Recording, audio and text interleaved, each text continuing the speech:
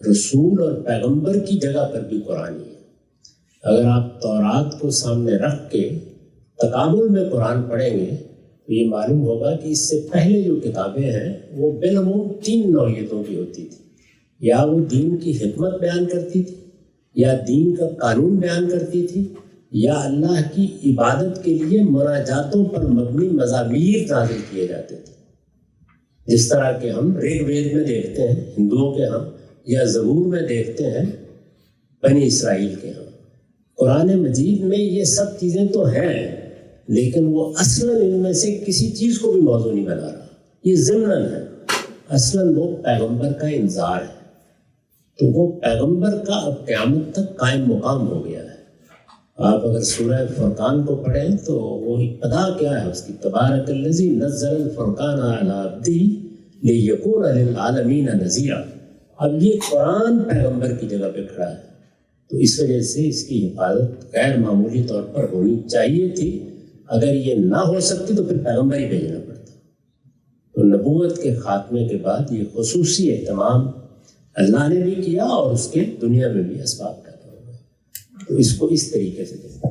میں اس پر بڑی تفصیلی گفتگو کر چکا ہوں، یہ جو 23 اعتراضات سیریز ہے اس میں یہ زیر بحث آ چکا ہے۔ میری وہ ساری گفتگو آپ یوٹیوب پر سن سکتے ہیں، اور کئی قسطوں میں ہے، میں نے اس میں تمام روایات پر تبصرہ بھی کیا ہے، ان کی حقیقت بھی بیان کی ہے۔ وہ کتابی صورت میں بھی شائع ہو چکا ہے، آپ اسے پڑھ بھی سکتے ہیں۔ مولانا سید ابواللہ صاحب مودودی کی رائے میرے نزدیک اس معاملے میں بالکل صحیح ہے، اور وہ نہیں ہے جو آپ نے بیان کی ہے، یہ تو انہوں نے دوسرے لوگوں کا موقف نقل کیا ہے، ان کی اپنی رائے بالکل صحیح ہے کہ یہ ایک واقعہ تھا، جیسے ہمارے ہاں بہت سے واقعات پیش آ جاتے ہیں، آزاد کشمیر میں زلزلہ آ گیا، یہ ایک واقعہ ہے، تو اسی طرح کا یہ ایک واقعہ ہے جو پیش آیا، اور اس واقعے کو بنیاد بنا کر قرآن نے استدلال کیا، ریزننگ کی، یہ کوئی معجزہ نہیں تھا۔ جی امیر صاحب، مہربانی کر کے یہ بتائیے کہ جو ہم بات کرتے ہیں، جو لوگ وفات پا جاتے ہیں، اصالِ ثواب اور دعا، اور اس کا فرق کیا ہے؟ اور جب ہم بات کرتے ہیں کہ اس دنیا کے اندر جو ہم 3 چیزیں چھوڑ کے جاتے ہیں جس کا فائدہ ہمیں آگے بھی ہوتا ہے، اس میں سے ایک چیز ہے صالح اولاد جو ان کے لیے دعا کرے۔ تو یہ اولاد کے لیے ہی محسوس کر دیا گیا، is it directed towards that? اور تیسرا اس سے متعلق ہے ایک کوشچن کہ جیسے ہی کوئی والد ہیں جو پیدائش سے پہلے ہی بچے کی وہ وفات پا چکے ہیں، تو اس کے لیے بھی دعا، I mean what makes it extraordinary that اولاد کی جو دعا ہے وہ آگے جائے گی؟ وہ کیا وجہ ہے جو کہ میں کسی کے لیے دعا کر رہا ہوں اس کا وہ اثر نہیں ہے یا اس کا ذکر نہیں ہے؟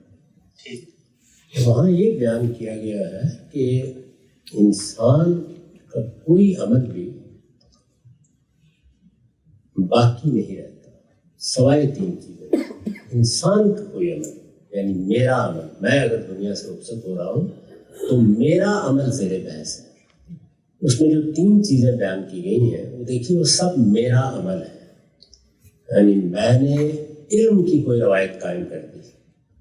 پہلی چیز یہ بیان ہوئی، میں نے کوئی نیکی خیر کا کام کیا، کوئی کنواں لگا دیا، کوئی مسجد بنا دی لوگوں کے لیے، کوئی خدمت کا کام کر دیا، ہسپتال بنا دیا۔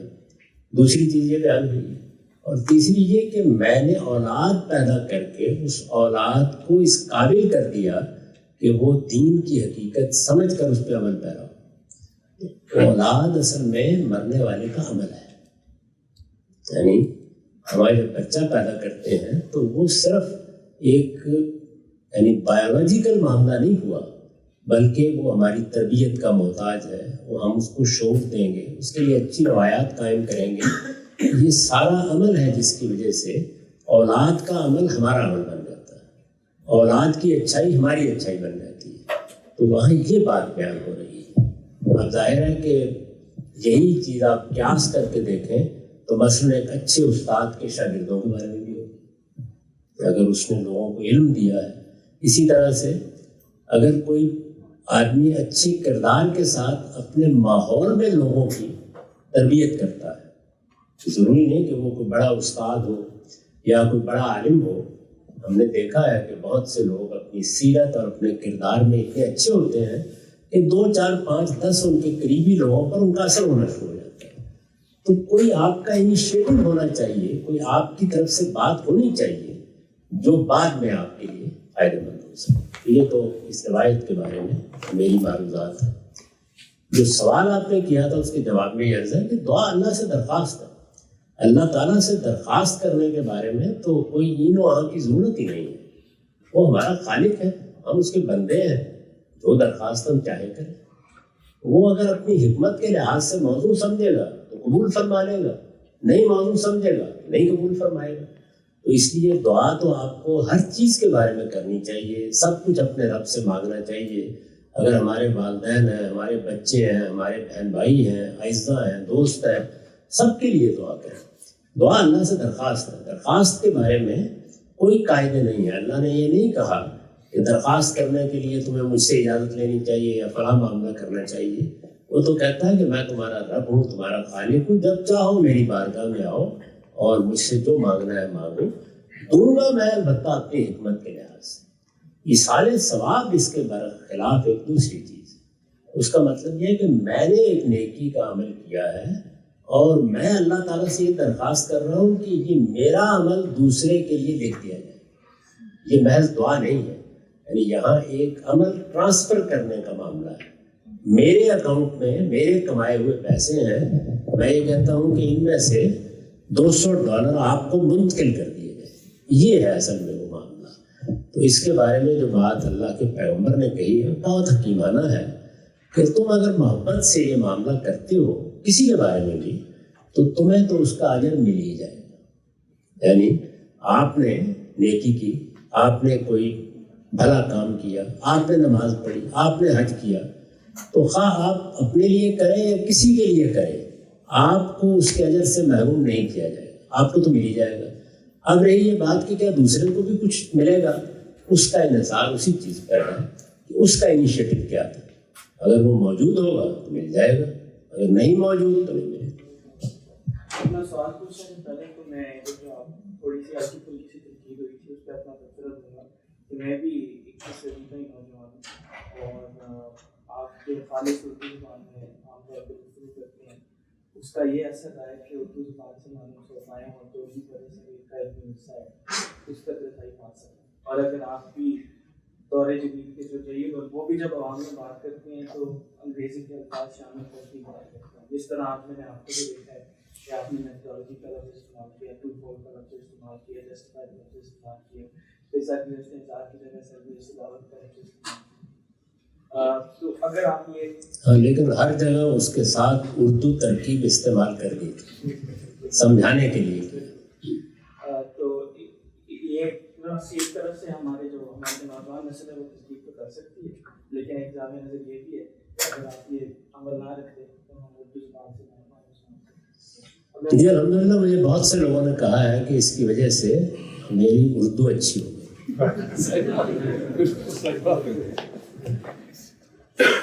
میرا سوال یہ ہے کہ آپ کئی مرتبہ تذکرہ کر سکتے ہیں اور آپ کی کتاب مقامات میں اس پہ مختصر کا شکوہ بھی ہے کہ اہل مغرب نے جب پاپائیت کے خلاف اپنی جنگ لڑی ہے تو اس میں انہوں نے رد عمل کی نصیحت کو نادمانے دیا اور خدا کا انکار کر دیا, اور سب محققین اور فلسفی جو ہیں وہ اس بات پہ تو متفق ہو گئے کہ مذہب کا کوئی کردار نہیں ہے ریاستی امور میں یا وقت کردار. تو ہم جیسے طالب علم جب بھی کوئی علم پڑھتے ہیں وہ مذہبی مذہبی انقلاب جو بھی جب ہم پڑھتے ہیں تو اس میں مذہب بالکل نظر نہیں آتا, اور پچھلی 2-3 صدیوں میں جو فلسفہ آتی ہے وہ غالب نظر آتا ہے اور اسی کی تشکیل نظر آتی ہے. تو اس پہ مولانا سید عبداللہ مودودی کہتے ہیں کہ مسلمانوں کو ان کی تدبیریں جدید.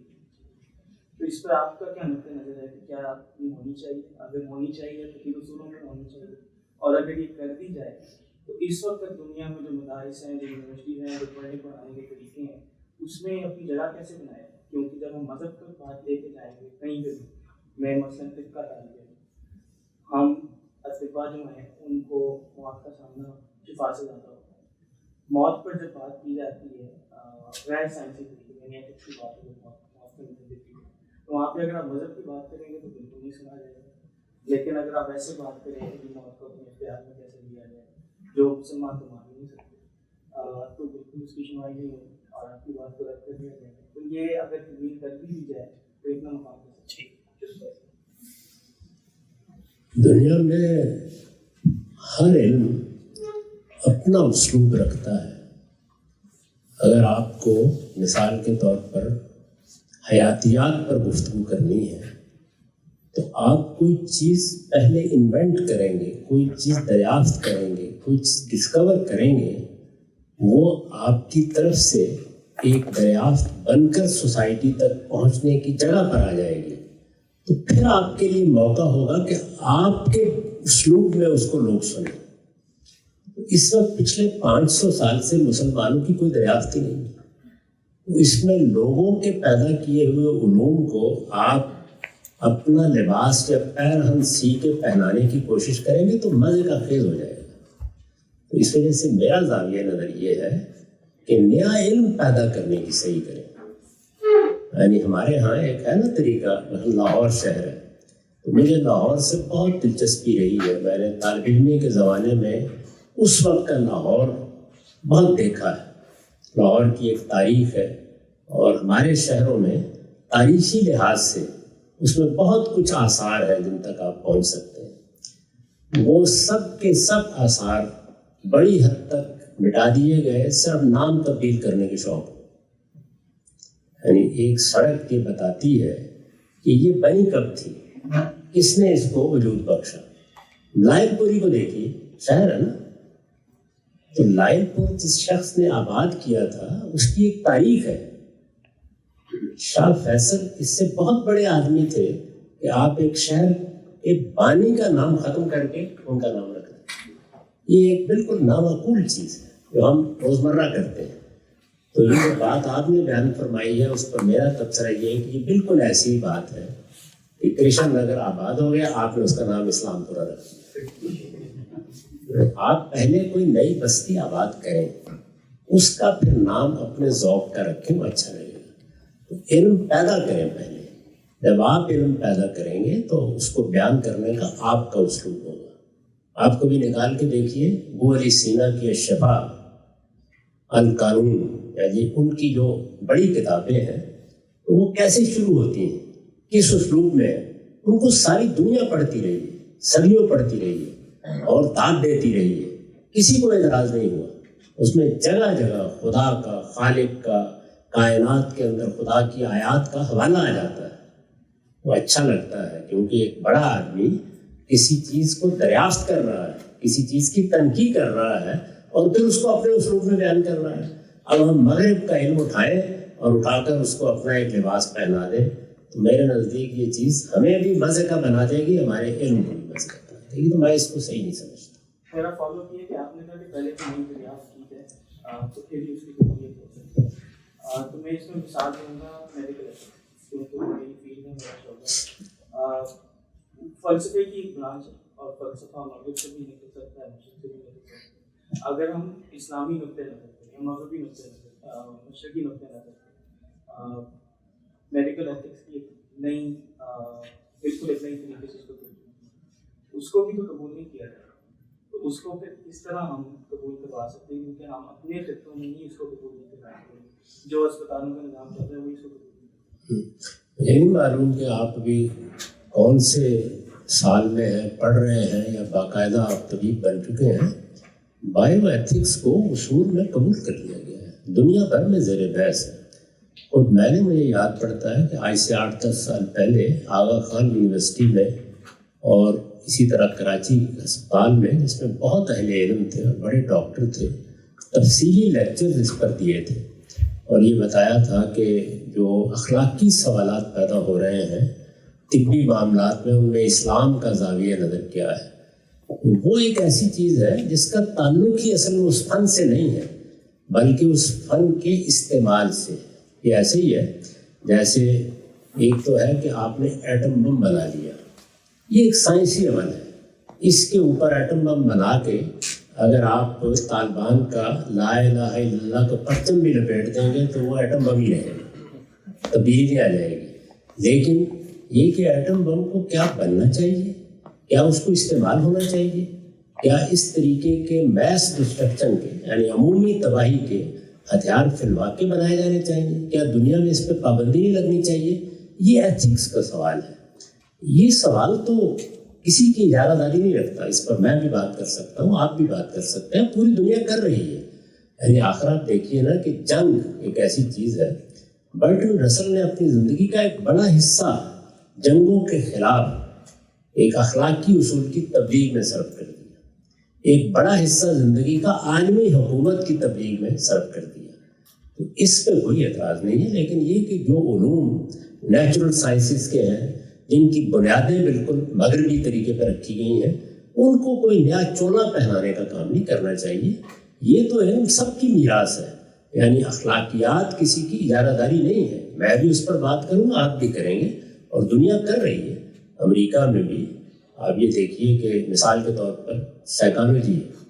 میری بیٹی اس میں PhD کر رہی ہے, تو اس میں پورے مضامین ہیں جن میں پڑھایا یہ جا رہا ہے کہ اس کی ایتھکس کیا ہے. تو پروفیشنل ایتھکس, ایک فن کی ایتھکس, یہ ہر جگہ زیر بحث ہے. اس میں کوئی پریشان ہونے کی ضرورت نہیں. آپ اپنی بات استدلال کے ساتھ کہیں, دنیا اس کو قبول کرے گی. فلسطین کا جو مسئلہ ہے وہ ہمارے سامنے ہے, اس کے بارے میں آپ نے اپنی رائے پیش کی, ہم نے سب نے سنی. میں ایک اور زاویے سے اس مسئلے کو اجاگر کرنے کی سوال ہے میرا, تو یہ کہ ہم نے دیکھا کہ جو کیونکہ ویژولز ہم دیکھ رہے ہیں, ہم پہ بہت اس کا اثر ہوتا ہے, اور جس طرح کی بربریت وہاں ہو رہی ہے وہ اپنی جگہ. لیکن ہم نے یہ دیکھا کہ جو مغرب ہے اس نے اپنے ہی سارے بنائے ہوئے اصول, چاہے وہ ہیومن رائٹس کے ہوں, چاہے وہ فری اسپیچ کے ہوں, اس کو پس پش ڈال دیا, اور وہ ہر طرح سے جو ہے وہ ایک خاص قوم جو اسرائیل ہے اس کے دفاع کے لیے وہ کھڑے ہو گئے. اور ہم نے اس سارے کیونکہ ایک میڈیا وار بھی ہوئی, اس میں جو پرسنالٹیز ہم نے دیکھی جو کہ مسلمانوں کا نیریٹو سامنے لاتی ہوئی اور ویسٹ کے سامنے کھڑی ہوتی ہوئی, وہ دو پرسنالٹیز میری نظر میں ہیں. ہو سکتا ہے اور کچھ اور بھی ہوں جو کہ میں نہیں جانتا ان کو, لیکن وہ ایک مہدی حسن ہے, مجھے نہیں معلوم آپ واقف ہیں. دوسرے ایک بسام یوسف ہے, جو کہ دونوں پرسنالٹیز وہ کہ مسلمان ہیں لیکن دینی ان کی پہچان مذہبیت نہیں ہے. میرے خیال سے وہ مؤثر اس لیے ہوئے کہ وہ انہی کی زبان میں اور انہی کے فورم پہ آ کے انہوں نے ان کو چیلنج کیا, اور بہت جو عقلی اور جو ریزننگ کے سارے تقاضے تھے وہ پورے کیے, اور اس کی وجہ سے بہت مؤثر رہے. ان کا جو بھی پوائنٹ آف ویو تھا ہمارا مسلمانوں کا, وہ آگے لانے میں. تو سوال یہ کہ اب جب ہم اپنے بچوں کے رول ماڈلس کی بات کرتے ہیں, تو کیا یہی ہمارے لیے رول ماڈلس ہونے چاہیے؟ اس لیے کہ ہم نے یہ دیکھا کہ جو علماء کرام ہیں, چاہے وہ ویسٹ میں بیٹھے ہوں, چاہے بر صغیر میں ہوں, چاہے عرب میں ہوں, ان کی بات جو ہے وہ آگے نہیں پہنچ سکی, اور یا وہ پرسر نہیں ہو سکی. یہ سارے معاملے سیاسی معاملات میں یہ کوئی ضروری نہیں ہے کہ عالم ہی آ کے اس کا تجزیہ کرے. کسی مسلمان نے, کسی مسیحی نے, کسی ہندو نے بھی اگر اخلاقی اصولوں کی بنیاد پر کوئی رائے دی ہے اور لوگوں کے سامنے صحیح سوالات رکھ دیے ہیں, تو آپ کو اس کا شکریہ ادا کرنا چاہیے. بہت سے لوگ ہیں جو ظلم کو کسی حال میں پسند نہیں کرتے, عدل کی دعوت لے کے اٹھتے ہیں. یہ کوئی مذہبی دعوت نہیں ہے. یعنی ہمارا مذہب بھی عدل کو پسند کرتا ہے, عدل کا حکم دیتا ہے, لیکن عدل, جسٹس یا ظلم و عدوان کے خلاف انسان کا اپنے جذبات ظاہر کرنا, یہ تو ایک یونیورسل حقیقت ہے. تو اس لیے میرے خیال کے مطابق اس میں یہ دیکھنا چاہیے کہ ریزننگ کیا ہے, استدلال کیا ہے. آپ نے جن لوگوں کا نام لیا, اگر انہوں نے کوئی صحیح استدلال سے اپنا مقدمہ پیش کیا ہے تو میں بھی ان کا شکر گزار ہوں گا, آپ کو بھی شکر گزار ہونا چاہیے. اور اگر کوئی دوسرا کل یہ کر دیتا ہے تو اس کا بھی شکر گزار ہونا چاہیے. اس میں یہ ضروری نہیں ہے کہ ہر آدمی کوئی کردار ادا کرے. جس کو بھی اللہ تعالیٰ توفیق دے, وہ جس میدان میں چاہتا ہے اپنا کردار ادا کر دیتا ہے. تاہم میرا زاویہ نظر اس میں تھوڑا سا آپ سے مختلف ہے. آپ سے مراد یہ کہ جس زاویے سے آپ نے اس بات کو پیش کیا ہے, میں آپ کی پوری رائے سے تو واقف نہیں, اور وہ یہ ہے کہ مغرب نے یا مغربی قوموں نے دنیا میں ایک نظم بنایا ہے. یہ نظم پہلی دوسری جنگ عظیم کے فاتحین نے بنایا ہے. اس نظم کے تحت یہ اصول نہیں ہے جو آپ نے بیان کیا، یعنی جمہوریت، آزادی رائے، اخلاقی اصولوں پر فیصلہ، یہ کبھی مانا ہی نہیں گیا۔ یعنی اس میں کس چیز کا ہم حوالہ دیتے ہیں؟ وہ اس معاملے میں بالکل واضح ہیں کہ اس طرح کی سب چیزیں جن کو سیاسی اقدار کہتے ہیں یا پولیٹیکل ویلیوز کہتے ہیں، اور یہ بنیادی طور پر چار ہی ہیں: جمہوریت، انسان کے بنیادی حقوق، قوموں کا حق خود ارادی اور قانون کی حکمرانی۔ یہ چاروں ویلیوز کو اپنے اپنے ملکوں میں آخری درجے میں قائم کرنے کی کوشش کرتے ہیں، اور یہی وجہ ہے کہ جب ہم ان کے ملکوں کے اندر چلے جاتے ہیں تو ہم بھی اس سے فائدہ اٹھاتے ہیں۔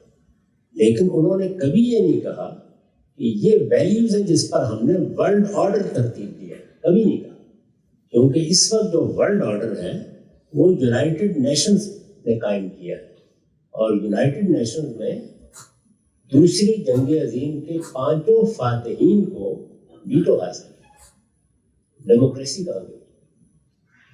اس لیے یہ بات بنیادی طور پر غلط ہے۔ آپ کو اس اصول کو مان کر ان سے گفتگو کرنی چاہیے۔ آپ پہلے اس کو تبدیل کرائیں، اس کے بعد گلا کریں۔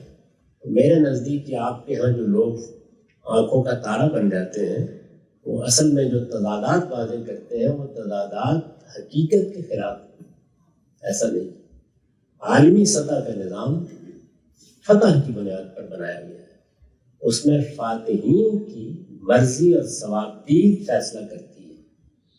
مجھے بتائیے نا کہ کبھی ایسا ہو سکتا ہے کہ ساری کی ساری جنرل اسمبلی میں 100% لوگ ایک چیز کے حامی ہو جائے، وہ ایک ملک جس کے پاس ویٹو کا اختیار ہے وہ نہ ہو؟ تو کیا کوئی عملی نوعیت کا اقدام کیا جا سکتا ہے؟ جمہوریت کس جگہ گئی؟ بنیادی حقوق کہاں گئے؟ آزادی رائے کہاں گئی؟ تو میرے نزدیک اپنی اس کنٹرڈکشن کو پہلے دور کریں۔ انہوں نے یہ دعویٰ ہی کبھی نہیں کیا۔ عالمی نظام استرداد کے حق کی بنیاد پر قائم ہے، اور وہ اصل میں فاتح اور مفتون کے باہمی تعلق سے قائم ہوا، اور ان کے ملکوں کا اپنا نظام وہ ان اقدار پر قائم ہے: بنیادی حقوق، جمہوریت، قانون کی حکمرانی، قوموں کا حق۔ میں تو اس بات سے واقف ہوں، مجھے اس طرح کے ریٹرک سے کبھی کوئی دلچسپی نہیں۔ یہ پہلے پولیٹکس کے زاویے سے بھی آیا تھا، لیکن ہم سب آپ کی رائے، آپ نے جہاں سے شروع کیا تھا اب خاتمہ بھی وہی کرنا چاہتے ہیں۔ یہ ریحان بھائی نے جو سوال پوچھا اس زاویے میں آ جائے گا، کیونکہ آپ کی ایک بہت عرصے سے مطلب 20 سال 30 سال پرانی جو ایک رائے کشمیر سے متعلق ہے، جو طالبان سے متعلق ہے، جو فلسطین سے اور اسرائیل سے متعلق ہے، وہ آج بھی وہ دیکھی جا سکتی ہے، جو کلیئر تھی کہ یو این، جیسے آپ نے بولا کہ یو این جب وہ جج کے طور پہ فیصلہ کر رہا ہے کسی بھی مسئلے کا، اس نے جب وہ فیصلہ کیا تھا 2 اسٹیٹ 2 نیشنز، وہ ایکسیپٹ کرنا چاہیے تھا مسلمانوں کو، مسلمانوں نے نہیں ایکسیپٹ کیا، جس کی وجہ سے فلسطینیوں نے بھی ایکسیپٹ نہیں کیا، اور جس کی وجہ سے جنگ آج تک جاری رہی، اور آج ہم چاہتے ہیں کہ وہ سولوشن ایکسیپٹ کر لیا جائے۔ سارے اس جگہ پہ کھڑے ہیں، اور اب مسلمانوں کی سیاسی قیادت اس جگہ پہنچ گئی ہے۔ مذہبی قیادت کی رائے اب بھی وہی ہے جو 1948 میں تھی، جی، اور یہی کشمکش اصل میں اس بڑی تباہی کا باعث بن گئی۔ جی، تو اس زاویے میں کیونکہ آپ یہ کہتے ہیں کہ یہ ایک اور بات آپ جو کہتے ہیں کہ یہ مذہبی مسئلہ ہے ہی نہیں، یہ سارے سیاسی مسائل ہیں اور ان کے سیاسی حل نکلنے چاہیے۔ تو آج کے دور میں جو مسلمان کھڑا ہوا ہے، جو کہ بڑا، جیسے ریحان بھائی نے بات کی، سب کا دل دکھا ہوا ہے، کیونکہ وہ واٹس ایپ کا زمانہ ہے، وہ بچوں کی تصویریں دیکھتے ہیں سب، اور اس کو ایک مذہب کا رنگ بھی پہنا دیا جاتا ہے اس سب بات کو۔ تو ہم اپنی جذبات کو کنٹرول کرتے ہوئے اپنی پولیٹیکلی اپنے آپ کو کیسے اس قابل کریں کہ ہم چیزوں کو بہتر طریقے سے سمجھ کے پھر فیصلے کریں۔ آپ کو قائم بالقسط ہونا چاہیے، جو میں نے ابھی عرض کیا، یعنی پورے انصاف کے ساتھ بات کرنی چاہیے۔ جب آپ کسی کے خلاف بات کریں تو اس کا پورا موقف پہلے بیان کریں، اور جب آپ انسانی مسئلے میں متاثر ہوں، بچوں کا مرنا اور کسی قوم کی نسل کشی، یہ تو بڑی تکلیف دہ چیز ہے۔ میرا بچہ اگر مر رہا ہے تو مجھے ایسے ہی سوچنا چاہیے کسی دوسرے کا بچہ بھی مر رہا ہے۔ جنگ اور جس طرح کی بربریت کی جنگ ہو رہی ہے، ایک لحاظ سے پوری قوم کو صفحہ ہستی سے مٹایا جا رہا ہے، تو اس کا رنج تو ہوگا، لیکن یہ رنج اکراس دا بورڈ ہونا چاہیے. یعنی یہ نہیں ہو سکتا کہ آپ اپنے لیے یہ رنج محسوس کریں. ذرا دل پر ہاتھ رکھ کے بتائیے کہ جو حملہ شروع ہوا تھا 1200 لوگ جس میں مارے گئے تھے, اس وقت بھی آپ کو اتنا ہی رنج ہوا تھا. جس وقت سعودی عرب حوثیوں پر حملہ آور ہوا اس وقت بھی آپ کو اتنا ہی رنج ہوا تھا. جب ترکی اور عراق نے کردستان کے ٹکڑے ٹکڑے کیے اور مصطفیٰ علی برزانی کے زمانے سے لے کر ایک پوری قوم کو برباد کر کے رکھ دیا, اس وقت بھی اتنا ہی رنج ہوا تھا. تو ذرا اس کا بھی فیصلہ کر لیں کہ اگر تو انسانی بنیاد پر, میں تو جن مسلمانوں سے واقف ہوں وہ رسول اللہ کے بارے میں آپ کوئی معمولی سی فلم بنا کے دکھائیے, مرنے مارنے پہ تل جائیں گے. کیا حضرت موسیٰ پر نہیں بنی ہوئی؟ بنی ہے. 10 کمانڈمنٹس جو ہے مسلمانوں کے ہر ملک میں دکھائی گئی ہے. کیا یہ واقعہ پاکستان میں بھی دکھائی گئی؟ جب آپ کے یہاں کوئی جذبات پیدا ہوتے ہیں اس پر, کیا حضرت موسیٰ اللہ کے پیغمبر نہیں ہیں؟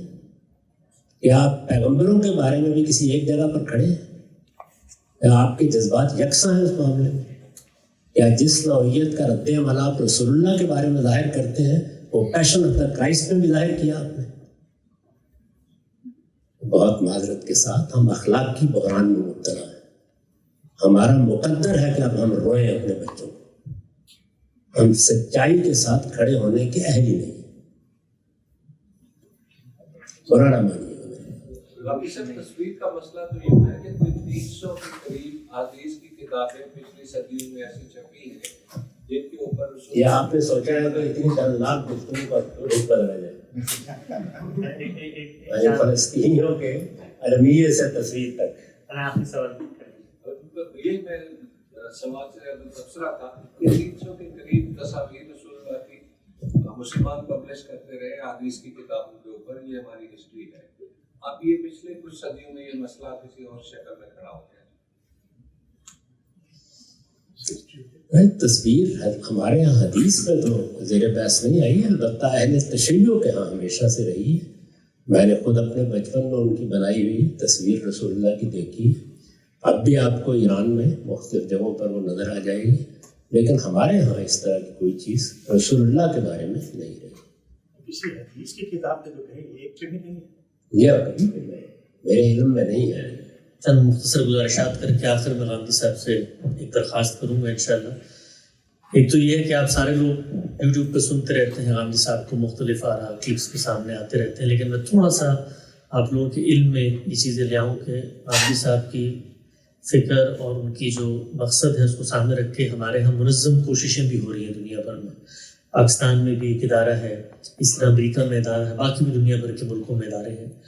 وہ ادارے جو آپ لوگوں کی نیڈز ہیں, آپ کے بچوں کی نیڈز ہیں, ان کو سامنے رکھ کے مختلف پروجیکٹس چلا رہے ہیں. اس وقت امریکہ کا جو ادارہ ہے جو میرے زیر انتظام ہے, وہاں 40 کے قریب پروجیکٹس ہیں, اور اس میں ہر سطح کی جو آپ کی دینی ضرورت ہے اس کو پورا کیا جاتا ہے. بچوں کی تعلیم کا انگریزی میں ایک پورا نظام ہے سنڈے اسکول کے نام سے. غامدی سینٹر کی آپ ویب سائٹ پہ جائیں تو وہاں آپ کو ڈیٹیل ملتی ہے. اس وقت 300 سے زائد بچے دنیا بھر میں لیولز اور عمر کے لحاظ سے انگریزی کے اندر دین کی تعلیم حاصل کر رہے ہیں ان افکار کی روشنی میں جو استاد بیان کرتے ہیں. اسی کے ساتھ ساتھ غامدی صاحب کے جتنے افکار و نظریات ہیں وہ کتابوں کی صورت میں پبلش ہو چکے ہیں. غامدی صاحب کی ایک تفسیر ہے البیان 5 جلدوں میں. غامدی صاحب کا ترجمہ قرآن ہے صرف اردو میں. اس طرح غامدی صاحب کا ترجمہ قرآن ہے صرف انگلش میں. ہندوستان سے بھی شائع ہوا ہے, پاکستان سے بھی ہوا ہے, دنیا بھر میں وہ اویلیبل ہے. اس وقت بھی چند کاپیز بھائی انظر کے پاس ہیں, آپ لے سکتے ہیں. اس طرح جو تنقیدات ہوتی ہیں غامدی صاحب پہ, آپ نے سنا ہوگا, اس طرح ایک بھائی نے شکل قمر کا ذکر کیا, اس پر بہت ڈیٹیل پچھلے 4 سالوں میں غامدی صاحب نے اپنی زندگی کا قیمتی وقت دے کر ایک سیریز مرتب کی ہے. 23 اعتراضات کی سیریز ہے. وہ سیریز کتابوں کی صورت میں بھی ہے اور اس سیریز کے خلاصے بھی ہیں انگریزی میں بھی اردو میں بھی. تو جو چیز آپ کی ایکسیس میں ہو آپ اس کو پڑھ سکتے ہیں. اس طرح آج کے دور میں بہت مصروفیات ہوتی ہیں لوگوں کی. قرآن مجید غامدی صاحب بہت اصرار کرتے ہیں کہ ایک دفعہ مسلمان کو قرآن پڑھنا چاہیے. تو جو غامدی صاحب نے قرآن مجید کا ترجمہ کیا ہے نظم کی رعایت سے, بغیر تفسیر کے, خود کلام کو پڑھتے ہوئے اس کا کانٹیکسٹ واضح ہو جاتا ہے, اس کو بڑے اچھے وائس اوور آرٹسٹ نے پڑھا ہے. اور آپ 1 سال میں پورا قرآن سننا چاہیں, آپ 6 مہینے میں, آپ 1 مہینے میں, آپ رمضان میں, آپ صورتوں کے لحاظ سے 10 طرح کے ہم نے اس میں طریقہ کار بنا دی جو آپ کی سہولت کے مطابق آتے جاتے بہت آسانی کے ساتھ اگر آپ ہفتے میں 25 منٹ بھی دیتے ہیں تو ایک سال میں آپ قرآن مجید پورا کا پورا مکمل طور پہ سن سکتے ہیں. تو یہ میں نے چند چیزیں بتائی ہیں. اس کے علاوہ بڑے پیمانے پر اس وقت ہم نے ٹیکنالوجی کو اپنے کام میں شامل کیا ہے. AI کے ذریعے کل ہی ہم نے ایک ایپ لانچ کی, اس کا نام ہے غامدی GPT. اور غامدی صاحب کی جتنی گفتگو ہے ہمارے پاس آج تک تھی ہزاروں کی تعداد میں, اس کو انگلش میں ٹرانسکرائب کروا کے اس کا ہیومن کرٹیکل ریویو کروا کے اس کو AI کے ذریعے سافٹ ویئر میں ڈالا ہے. تو اب اگر آپ کو کوئی سوال پیدا ہو اور غامدی صاحب مثال کے طور پہ ادارے کے لوگ میسر نہ ہوں تو آپ صرف وہاں وہ سوال ڈالیں گے, وہ AI جو ہے وہ غامدی صاحب کی فکر کو سامنے رکھ کے جو ڈیٹا ہم نے اس کو دیا اس کے لحاظ سے وہ آپ کو جواب دے دے گا. اسی طرح انگریزی کے اندر جتنی بڑی ویڈیوز ہیں ہمارے دن رات کام ہو رہا ہے. Voice cloning with AI with human review teams بنی ہوئی ہیں. وہ غامدی صاحب کے منہ سے جو لفظ نکلا ہے اس وقت انہی کی آواز میں وہ انگریزی میں بھی ہے. اس طرح آپ لوگ یہاں پر موجود ہیں بحرین میں, آپ کی عرب کولیگ سے ملاقات ہوتی ہوگی جو جاننا چاہتے ہوں گے فکر کو, جو نہ انگریزی جانتے ہیں نہ اردو جانتے ہیں. تو عربی زبان میں بھی ہم نے غامدی صاحب کی کتابوں کا ترجمہ کیا الحمدللہ. ان کی کتاب الاسلام بھی بیروت سے شائع ہوئی ہے اور مقامات بھی اور میزان بھی اس وقت چھپ رہی ہے پریس کے اندر ہے. تو ہماری ایک خواہش ہے, کوشش ہے, آپ لوگوں میں سے جو لوگ اس فکر کے ساتھ کوئی تھوڑی بہت دلچسپی رکھتے ہیں اس کام کو اب اگلی نسلوں تک پہنچائیں. اور بحرین کے اندر بھی اگر کچھ نہیں تو کم سے کم ایک چھوٹا سا ہمارا قانونی مرکز ہونا چاہیے کہ جہاں پر یہ سب کتابیں اویلیبل ہوں. ہمارے اس وقت غامدی صاحب کے شاگردوں کی 15-16 کی قریب تعداد ہے اور وہ سب اسپیشلائزڈ ہیں اپنی اپنی فیلڈ میں. تو ہم لوگ یہاں پر پورا سال ان کا کوئی ٹرن اوور کریں, اسکالر صاحب 2-4 مہینے بعد آئیں تو آپ لوگوں کو بھی دینی لحاظ سے تربیت کا اہتمام کیا. اس طرح ہم نے خانقاہ کا ایک پروگرام شروع کیا آن لائن اور آن کیمپس لاہور میں ہے. تو اس کے لیے بھی اسکالر ٹریول کر کے آ سکتے ہیں. آج کے دور میں آپ نے دیکھا ہے ڈپریشن اور اسٹریس اور انزائٹی اور اکنامک پریشر, اس میں یہ دینی بحثیں تو بہت ہوتی ہیں لیکن اپنی ویل بینگ پہ توجہ نہیں ہوتی, تو اس کا بھی اہتمام کیا ہے. یہ سب چیزیں آپ غامدی سینٹر کے گوگل کریں, وہاں پر آپ کو انشاءاللہ یہ مل جائیں گی. اس کام کو اگر آپ کو دلچسپی ملتی ہے تو اس میں آپ سپورٹ بھی کریں. آخری سوال میں غامدی صاحب کی خدمت میں رکھتا ہوں جس کو ایک ٹیک اوے میسج کے طور پر انشاءاللہ ہم سب لے کے جائیں. اب صاحب نماز جو ہے وہ یہ سچی بات ہے کہ آج کے دور میں بڑی ہی مشکل ہوتی جا رہی ہے. انسان اتنے بڑے بڑے فلسفے پڑھتا ہے, اتنی بڑی بڑی فکریں تلاش کرتا ہے. اس انسان کو جو اس جدید دور میں کھڑا ہوا ہے اس کو یہ بتانا کہ یار یہ اپنا دفتر چھوڑ کے اور اپنا لیکچر چھوڑ کے اور اپنا یہ ورک آؤٹ چھوڑ کے وضو کرو اور آ کے مصلی پہ کھڑے ہو جاؤ. اکثریت ہم مسلمانوں میں سے لوگ یا تو نماز نہیں پڑھتے یا اہتمام سے نہیں پڑھتے. اور بالعموم جو نماز کی دعوت بچپن سے لے کے جوانی تک دی جاتی ہے وہ یہ ہے کہ بھائی اللہ تعالیٰ ہیں, انہوں نے قانونی طور پہ مسلمانوں کو پابند کر دیا ہے کہ بھائی تم نے تو 5 وقت نماز پڑھنی ہے. تو انسانی نفسیات بھی اس کو بہت زیادہ اپنے اندر آمادگی محسوس نہیں کرتی. ایک قانونی قدغن اور بوجھ ہوتا ہے ہر وقت کہ یار چلو پڑھ لیں گے تو کل اس کے مقابلے میں اللہ تعالیٰ سوال کریں گے. آخر میں یہ بتائیے گا کہ جتنے مسلمان یہاں بیٹھے ہیں نماز کے بارے میں ان کا کیا تصور ہونا چاہیے اور وہ نماز کو اپنی زندگی میں کیسے ریگولر کر سکتے ہیں. ہمارے دین کی بنیاد اور ہمارے کیا انبیاء علیہ السلام کے دین کی بنیاد 2 چیزوں پر رکھی گئی ہے. اللہ تعالیٰ کی سچی معرفت اور انسانوں کے ساتھ بے لوث خدمت. 2 جملوں میں اگر دین کی حقیقت بیان کی جائے تو وہ یہی ہے. اللہ تعالیٰ کی سچی معرفت کا مطلب یہ ہے کہ میں نے شعور کی سطح پر یہ سمجھ لیا کہ میں اللہ کا بندہ ہوں, وہ میرا خالق ہے. کبھی آپ قرآن مجید کی آخری سورہ کو پڑھیے تو اس میں اللہ تعالیٰ کے ساتھ ہمارے تعلق کا رشتہ واضح کیا گیا.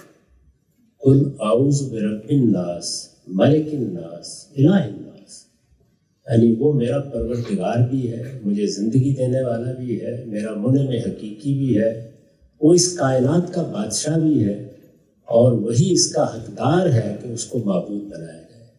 تو اللہ تعالیٰ کی سچی معرفت جب حاصل ہو جاتی ہے تو پھر انسان کے رشتوں میں سب سے بڑا رشتہ اس کے پروردگار کا رشتہ بن جاتا ہے. یہ جو ہم بہت بات کرتے ہیں مورالٹی, اخلاقیات, کیا چیز ہے اخلاقیات؟ یہ رشتوں کی پاسداری ہے, ان کے حقوق کا احترام ہے.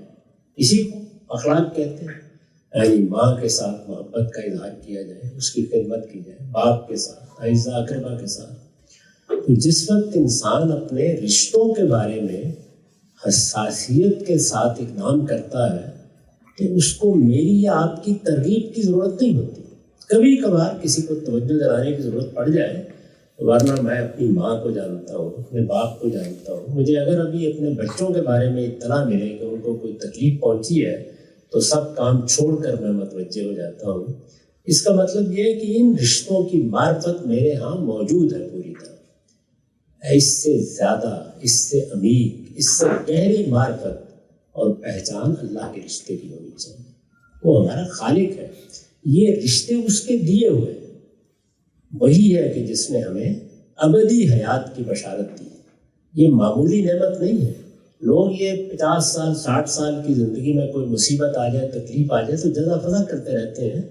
کبھی نہیں سوچتے کہ اس پروردگار نے بغیر کسی ہماری خدمت کے ہمیں ابدی زندگی کی بشارت دی ہے کہ میں تمہیں ہمیشہ ہمیشہ زندہ رکھوں گا. اور زندگی کی جب تصویر کھینچی ہے تو دیکھیے کیسی دل نواز ہے. لا خوف علیہم ولا هم یحزنون. وہاں نہ تمہیں ماضی کا کوئی پچھتاوا ہوگا، نہ مستقبل کا کوئی اندیشہ ہوگا. اور لکم فیہا ما تشتہی انفسکم، جو تمہارے دل میں خواہش اٹھے گی وہ پوری کر دی جائے گی. اس زندگی کی اس نے بشارت دی ہے. یعنی دنیا میں جو کچھ دیا ہے وہ تو ہے ہی، موت کے بعد بھی ایسی بشارتیں اس نے دی ہیں. تو اس وجہ سے اس کو بھی پہچانیے. اور جب ہم اس کو پہچانیں گے، اس کی سچی معرفت حاصل کریں گے، تو پھر یہ سننے کی ضرورت نہیں رہے گی کہ فلاں فرض ہے اور فلاں واجب ہے. پھر تو آپ کے اندر سچا جذبہ پیدا ہوگا کہ میں اپنے پروردگار سے بھی اسی طرح محبت کا اظہار کروں جس طرح میں اپنے دوسرے اجزاء اقربا سے کرتا ہوں. تو اللہ تعالیٰ کے ساتھ تعلق کا اور محبت کے تعلق کا اظہار 3 صورتوں میں ہوتا ہے. اس کی عظمت کا اعتراف کر کے، اس کی اطاعت کو اپنے لیے سب سے بڑا حکم مان کر، اور اپنے جان و مال کو اس کی نظر کرنے کے جذبے کے ساتھ اس سے بات کر کے. تو اللہ تعالیٰ نے ان تینوں چیزوں کو عبادات میں ڈال دیا ہے. نماز در حقیقت شب و روز اس بات کی یاد دہانی ہے کہ میں بندہ ہوں اور میرا پروردگار ہے، اور مجھے ایک دن اس کے سامنے جواب دے ہونا ہے. روزہ سال میں مہینے بھر کے لیے مجھے مجسم اطاعت بناتا ہے کہ میں خدا کا حکم آئے گا تو مانوں گا، اور وہ حکم اگر ایسا بھی ہوگا کہ میں کھانے پینے سے باز آ جاؤں تو میں اپنے منہ پر کفر لگا لوں گا. اور اسی طرح سے حج، یہ اللہ کے حضور اپنا جان و مال نظر کر دینے کی علامتی تعبیر ہے، اسی لیے اس کو شعیرہ کہا گیا ہے. نماز ہماری زندگی ہونی چاہیے، ہماری روح ہونی چاہیے، اور نماز کے بارے میں ہر وقت تیار رہنا چاہیے کہ یہ حاضری کی دعوت ہے. اس میں یہ بحثیں بھی زیادہ نہیں کرنی چاہیے. خشوع نہیں تھا، خضوع نہیں تھا، دل متوجہ نہیں تھا، کام کر رہے تھے، اٹھ کے گئے ہیں. یہ ساری چیزیں بڑی اہم ہیں، ضرور ان کو حاصل کرنے کی کوشش کریں، لیکن اصلاً وہ 5 وقت بارگاہ میں حاضری بنا لیا گیا ہے چند منٹ کے لیے. یعنی آپ بہت اچھی نماز بھی پڑھیں تو 2 رکعتیں 4 رکعتیں ہی ہیں نا جو آپ پر لازم کی گئی ہیں. اگر غور کر کے دیکھیں تو 5-7 منٹ سے زیادہ کا وقت نہیں لگتا. بہت اچھا پڑھیں گے 10 منٹ لگ جائیں گے. تو آپ کو خدا کی بارگاہ میں شوق سے حاضر ہونا چاہیے. یہ چونکہ 5 وقت ہے، اللہ کی بارگاہ میں حاضری ہے. کبھی آدمی کاروبار میں مصروف ہوتا ہے، کبھی سفر میں ہوتا ہے، کبھی کوئی بیماری بھی آ جاتی ہے، کبھی کسی ایسی مصروفیت میں ہوتا ہے جس میں ذمہ داریوں کی نوعیت بالکل مختلف ہے. تو اس لیے اللہ تعالیٰ نے اس میں بہت رخصتیں دے دی. 2 نمازوں کو ملا کے آپ کسی ضرورت کے تحت پڑھ لیتے ہیں، جیسے ظہر اور عصر ہے، جیسے مغرب اور عشاء ہے. اسی طرح قصر کرنے کی اجازت دے دی ہے اگر آپا دھاپی افراتفری کی صورتحال پیدا ہو گئی. اور یہاں تک اجازت دے دی ہے کہ اگر تم اتر نہیں سکتے تو سواری پر بیٹھے ہوئے پڑھ لو، اگر کھڑے نہیں ہو سکتے تو چلتے ہوئے پڑھ لو، اور اجازت میں رکوانا.